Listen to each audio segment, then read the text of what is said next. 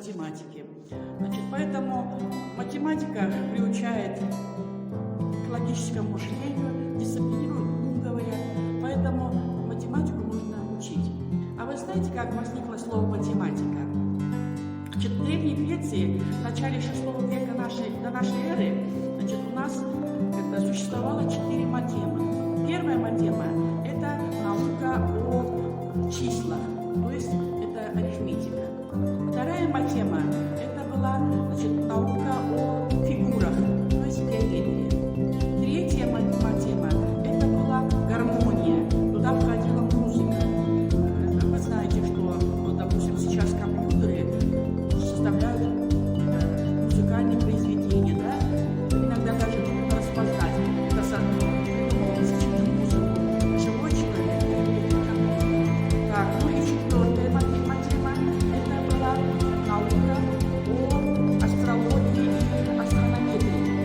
Так, ну сейчас вы знаете, что астрология, она отделилась от математики, это самостоятельная наука.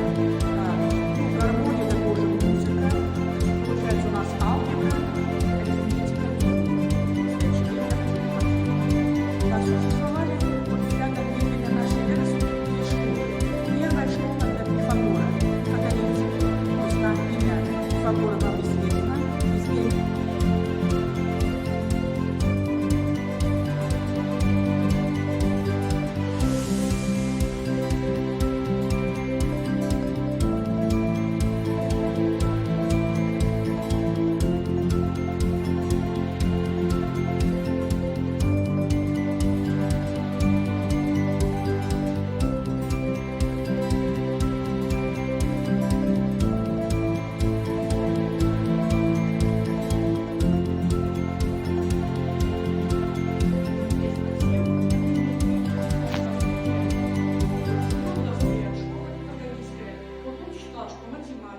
наука – это, значит, недоступна всем.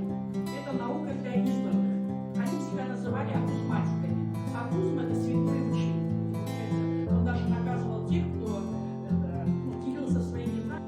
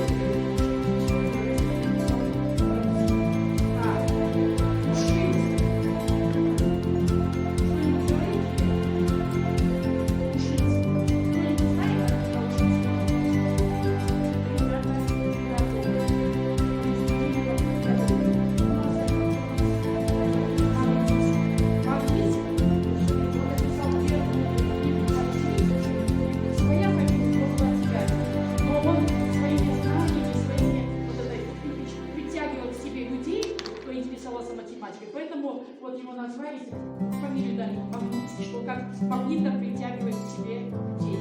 Ну, к сожалению, получается, на этот вопрос тоже не ответить. Это получается, ребята, магнит. Так, ну еще мы проведем один турчик, это проведите это. И получается, все понемногу поиграют, но плохо